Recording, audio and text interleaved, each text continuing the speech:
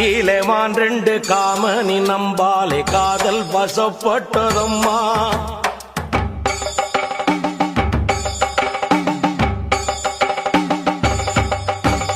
காட்டிலே மான் ரெண்டு காமனி நம்பாலே காதல் வசப்பட்டதம்மா.